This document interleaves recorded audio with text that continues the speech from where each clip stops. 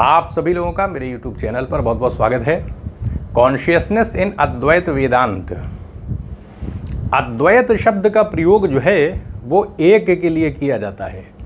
शंकराचार्य का दर्शन है अद्वैतवाद, जिसमें वाद तो सिद्धांत को कहते हैं और यहाँ द्वैत लगा हुआ माने दो। जैसे कि मध्वाचार्य द्वैतवाद रखते हैं, जिसके तहत चित अचित यानी जीव और जगत को भी मान लेते हैं, कहीं ना कहीं उसकी सत्ता को भी मानते हैं। स्वतंत्र तत्व और अस्वतंत्र तत्व के तौर पर, स्वतंत्र तत्व के तौर पर ईश्वर को मान लेते हैं, अस्वतंत्र या परतंत्र यानी ईश्वर के ऊपर आश्रित सत्ता के रूप में जीव और जगत को भी स्वीकार कर ले। उनका दर्शन द्वैतवाद है, यानी वो दो प्रकार की सत्ताओं को मानते हैं, आश्रित कर देते हैं लेकिन मानते हैं। जबकि शंकराचार्य अद्वैत देते हैं, द्वैत नहीं देते, अद्वैत यानी एक ही है, बस जीव की कोई सत्ता नहीं है। जीव ब्रह्म से अलग कहाँ है, जिसको आत्मा कहा जाता है। तो उपनिषदों में भी है अयम यानी यह आत्मा ब्रह्म, अयम आत्मा ब्रह्म, ये आत्मा ब्रह्म ही। आत्मा शब्द का जब हम प्रयोग करते हैं तो आत्मा का मतलब होता है ब्रह्म। अच्छा, ब्रह्म और आत्मा शब्द का प्रयोग क्यों किया जाता है? आत्मा का संबंध तो माना जाता है कि शरीर के अंदर आत्मा हृदय में आ जाती है, बहुत सूक्ष्म होती है, देखा नहीं जा सकता, और इतना सूक्ष्म होते हुए इस शरीर को वो चलाती है, पूरे शरीर को, और वही निकल भी जाती है, आती है जाती है, विचारधारा दिखाई पड़ती है। तो होता यह है कि ये सब बताने के लिए होता है, आती जाती नहीं आत्मा, ना अंश है वो ब्रह्म का। आत्मा ही ब्रह्म है तो अंश कहाँ होगी? अंश का मतलब जैसे हृदय है तो हमारे शरीर का अंश है, तो ऐसी स्थिति नहीं है, अंश की स्थिति नहीं है, टुकड़े वाली स्थिति नहीं है, बल्कि आत्मा ही ब्रह्म है। तो ऐसा क्यों है आत्मा ही ब्रह्म है?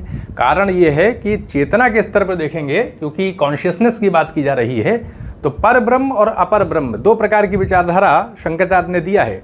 पर ब्रह्म को इसलिए कहा जाता है पर ब्रह्म, क्योंकि ब्रह्म की जो सत्ता है वो सत्य चित आनंद स्वरूप है, कोई क्रिया नहीं की जाती, निर्गुण सत्ता के तौर पर उसको स्वीकार किया, क्रिया नहीं की जाती। तो ऐसे में फिर ये जगत कैसे बनाया जाएगा? माया शक्ति को उपयोग कौन करेगा?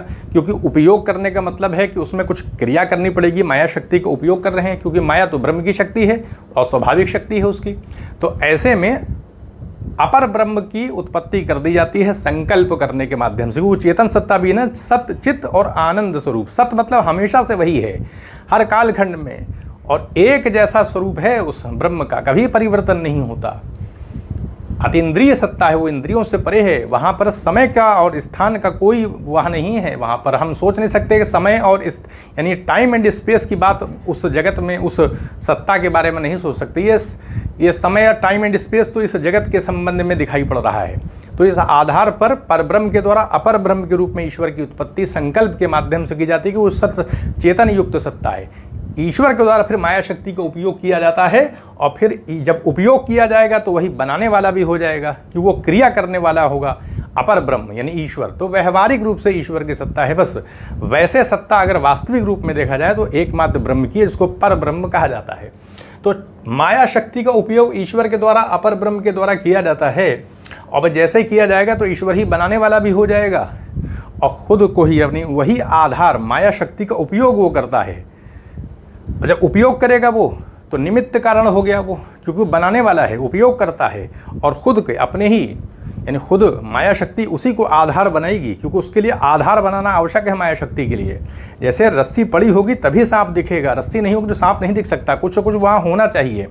तो ईश्वर को ही वो आधार बना के अन्य अन्य रूपों में वो प्रकट कर देती है। तो इसीलिए चेतना में ये जो जगत है वो अध्यस्त हो जाती है, विविधता हमको दिखाई पड़ रही है, जबकि एक चेतना है, अद्वैत है, वही एक चेतन सत्ता है। लेकिन हम संसार में तो विविधता देख रहे हैं, अलग अलग प्रकार की वस्तुओं को देख रहे हैं।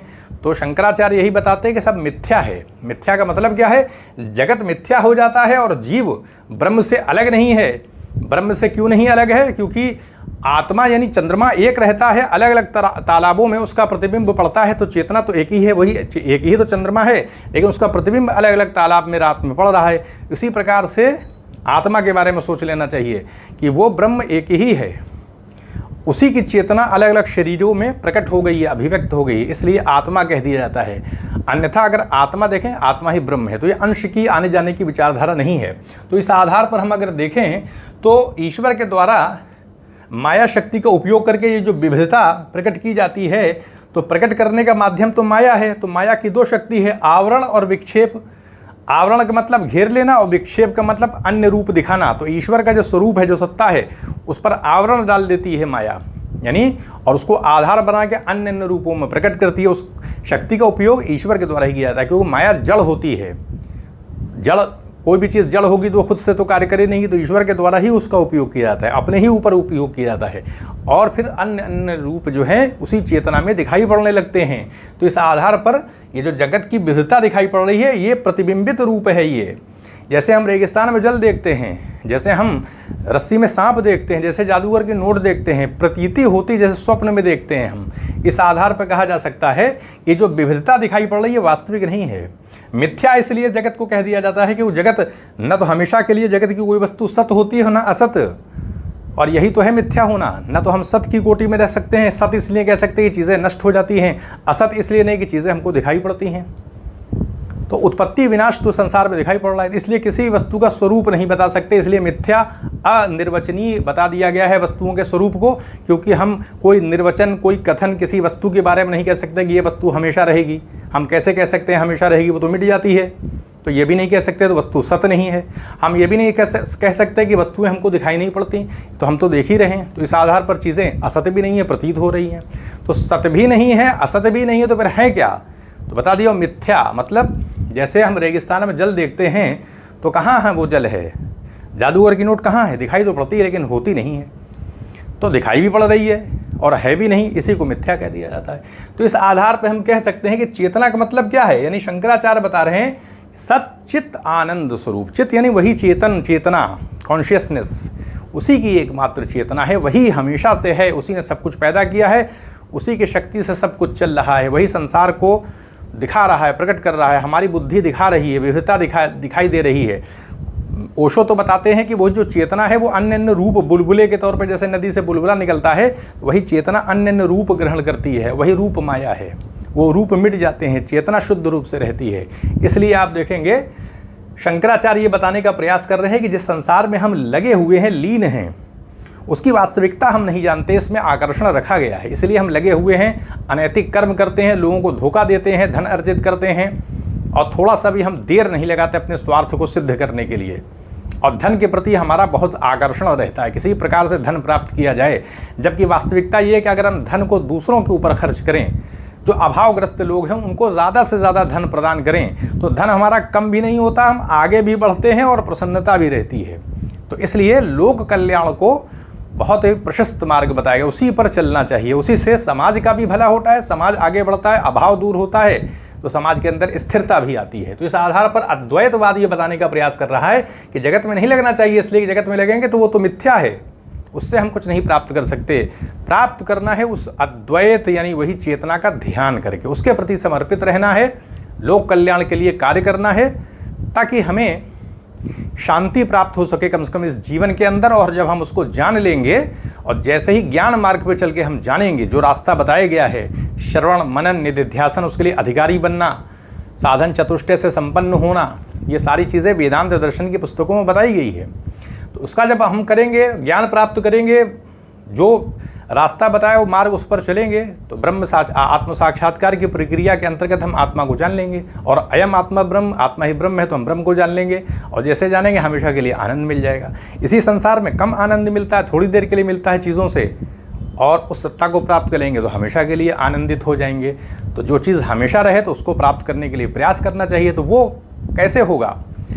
हमें लोगों का भला करना है और ज्ञान मार्ग पर चलते हुए संसार की वास्तविकता को समझ लेना है कि संसार ये वास्तविक नहीं है, ये मिथ्या है। इस आधार पर हम उस चेतना को समझेंगे। तो ये चेतना की जो बात आती है, तो इसलिए कि हम उस चेतना को समझें और उसको प्राप्त करने के लिए प्रयास करें, क्योंकि हमारे प्रयास से ही बहुत कुछ हासिल प्राप्त, यानी हम प्रयास से तो किसी चीज़ को प्राप्त कर सकते हैं। तो इसलिए कर्म करने की बात की जाती है। तो कर्म करने का मामला है, तो उसमें निरंतर कर्म करना होगा जब तक कि प्राप्ति ना हो जाए। तो ये शंकराचार्य का बहुत बड़ा संदेश है कि उन्होंने बताया है, ये चेतना यानी अद्वैतवाद जो है, ये बता रहा है कि लोगों को संसार की तरफ नहीं, उसी अद्वैत वो ब्रह्म की तरफ बढ़ना चाहिए। ये उनका सबसे बड़ा एक संदेश है, और उसके लिए पूरा मार्ग भी उन्होंने बताया है। तो यहीं पर अनुमति दें, चैनल को सब्सक्राइब भी करें, शेयर भी करें। आप सभी लोगों का बहुत बहुत धन्यवाद।